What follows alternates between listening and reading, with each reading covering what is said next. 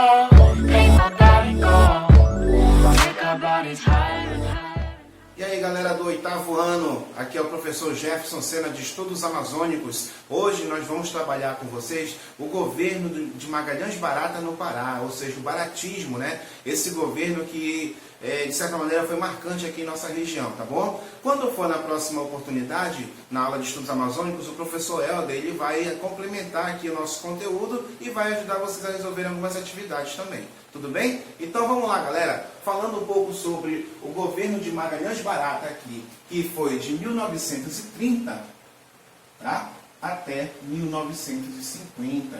Esse cara aqui ele foi um governante muito importante para o nosso estado, tá? Ele chegou aqui no governo como interventor de Getúlio Vargas. Só para a gente lembrar um pouquinho, em 1930 aconteceu uma revolução. A revolução onde Getúlio Vargas toma o poder do Brasil, se torna um presidente, e no lugar dos governadores dos estados, ele acaba mandando pessoas de sua confiança para governarem, os chamados interventores, né? Ou seja, ele era um interventor de Getúlio Vargas aqui, tá? Magalhães Barata, um militar também, ele era um tenente, ele vai dominar essa nossa região, esse nosso estado aqui, tá bom? O seu governo, galera, foi marcado justamente pelo governo populista. O que isso quer dizer, um governo populista? A gente precisa lembrar que antes de Magalhães Barata, os governadores eles eram elitistas, né? Governadores que a gente chama de governadores de gabinetes, ou seja, eles não davam ouvido para a população. Eles tinham na elite, né, no caso aqui da elite paraense, uma base para garantir o seu poder político.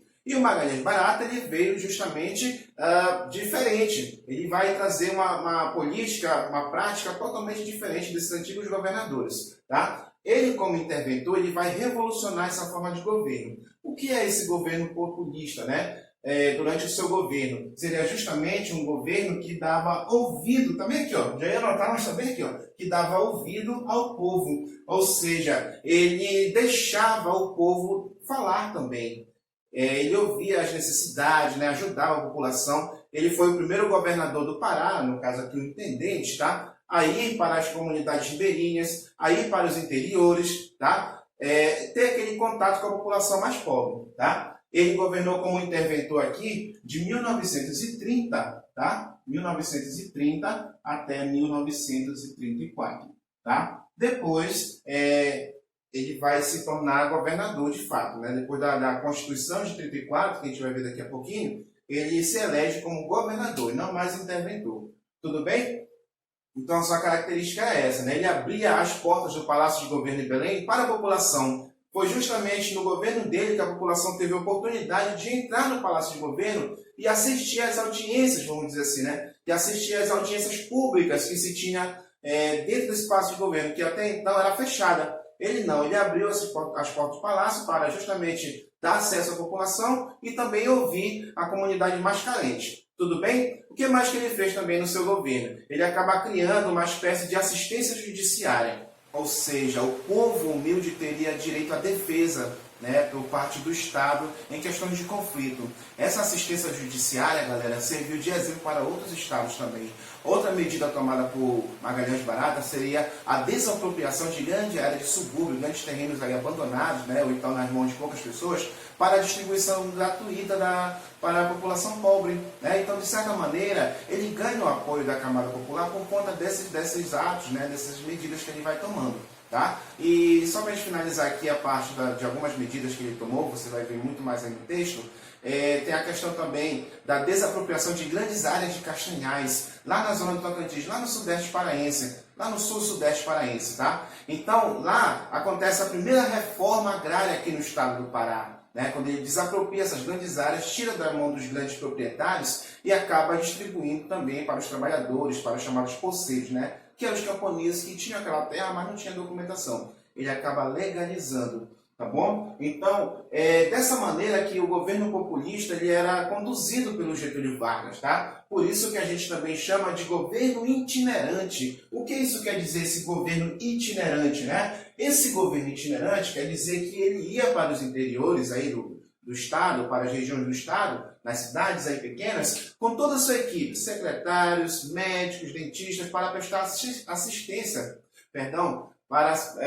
as pessoas mais pobres. Tá? Então, o que acontece aí, galera? com essas medidas, com esses atos de Magalhães Barata, ele acaba se tornando o pai dos pobres da Amazônia.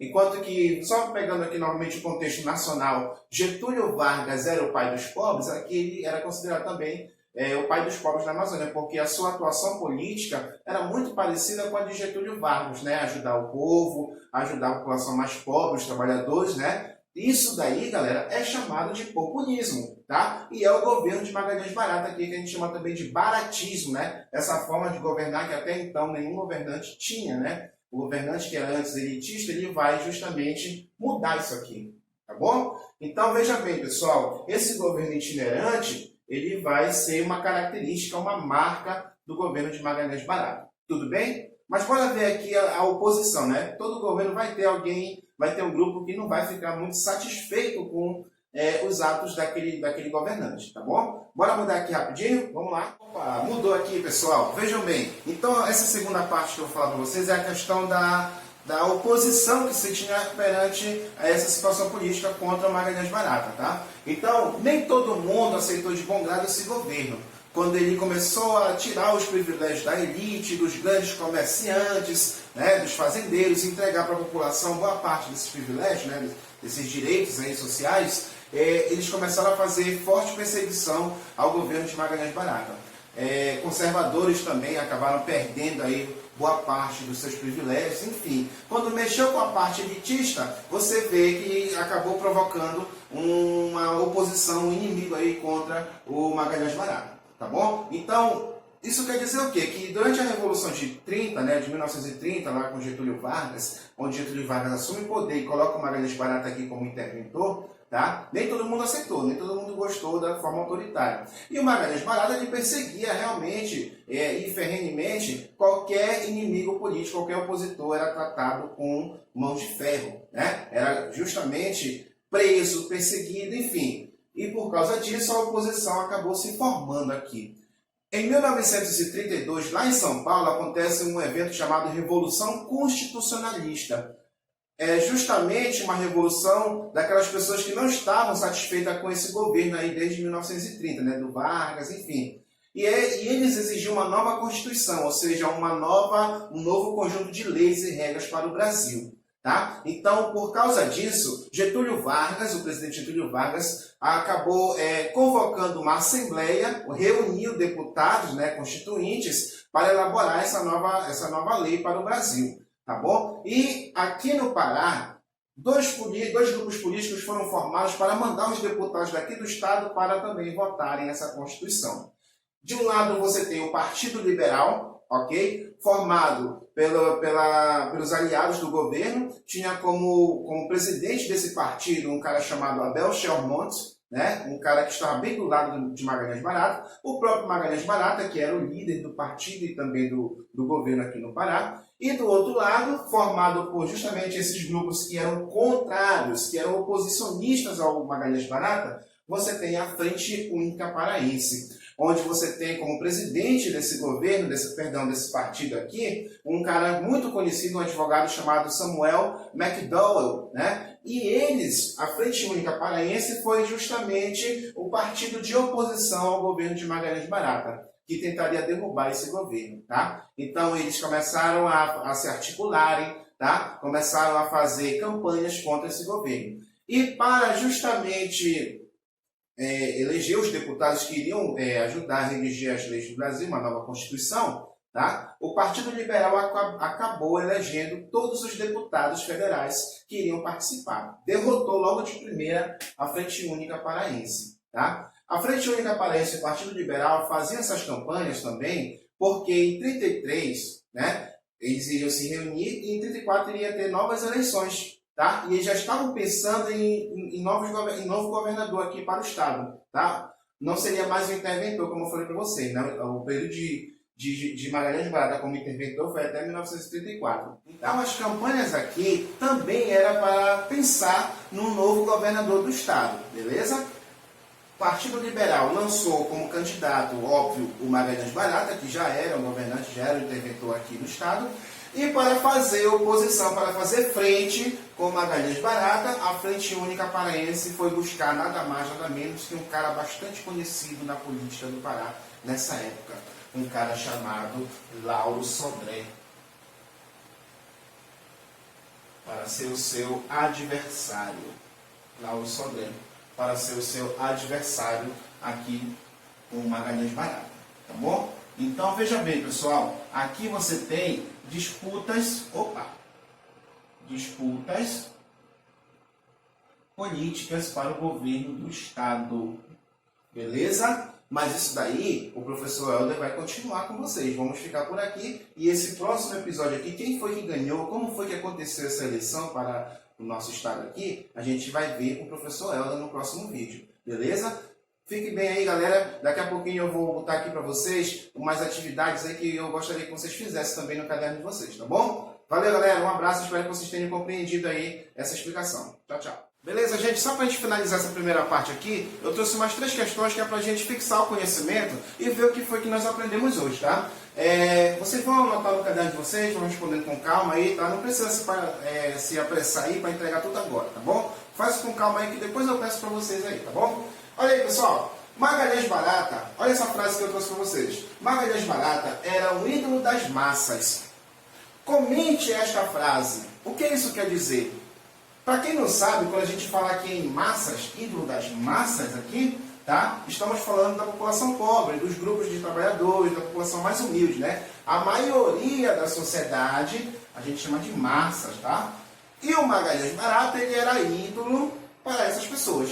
Por quê, né? Por que será? O que foi que ele fez para esse povo, para essa população mais humilde? Comente aí, faça aí uma resposta bacaninha, leia o texto, tá? Que você vai encontrar aí, tá? Olha aí. Segunda questão, pessoal. Diga com as suas palavras, tá? O que foi o baratismo? Olha aqui, o nome já é sugestivo, não é isso? Baratismo referente ao governo de Magalhães Barata, tá? Então, o que foi esse baratismo? Foi todo esse momento político aí, onde Magalhães Barata governou com seu estilo próprio, tá?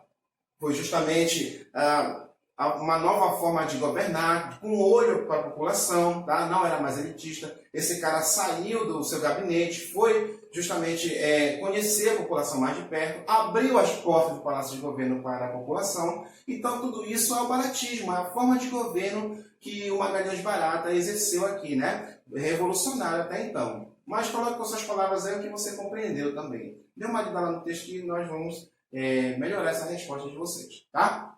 E terceira e última, para a gente acabar de fato aqui, o que era o interventor?